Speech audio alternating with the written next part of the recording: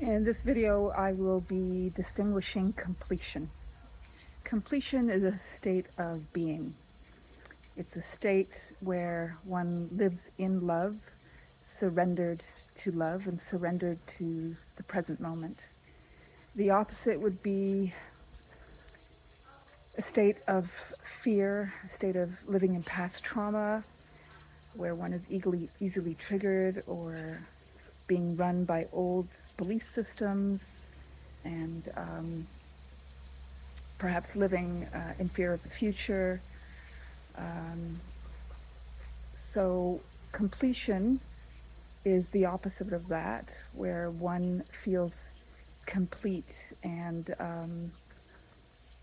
has no unfinished business to deal with in the moment, though I know it can be a process of deepening. I remember the last time I wrote on completion, I spoke about my last relationship and how I didn't feel complete.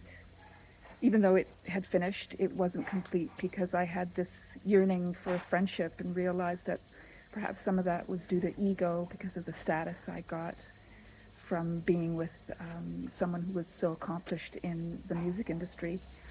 But when I looked further on that, actually, I often use the tarot deck to help. And I remember choosing a card with relationship in mind, with the, I'd love to be in a divine union, and I'm going to wait until I find that before I get into another relationship. And so my question was, what do I need to look at? And the card that I chose was sorrow. And it was a card about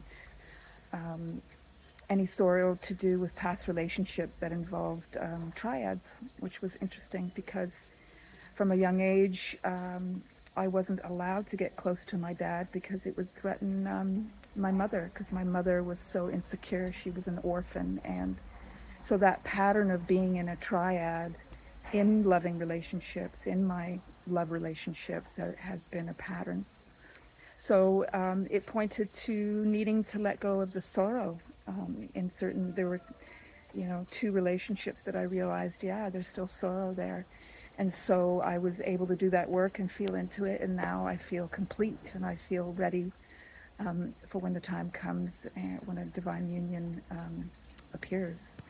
So completion doesn't happen all at once, though I am feeling more and more complete, and I think that comes with surrendering and surrendering to the moment, surrendering to what needs to be let go of. Uh,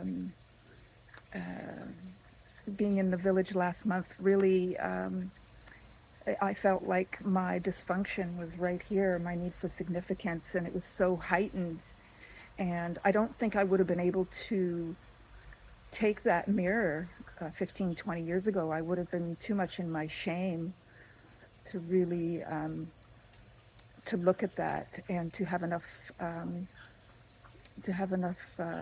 compassion for myself to see it and let it go. And so it feels like a purification, and it happens in cycles, and I feel like it's going deeper.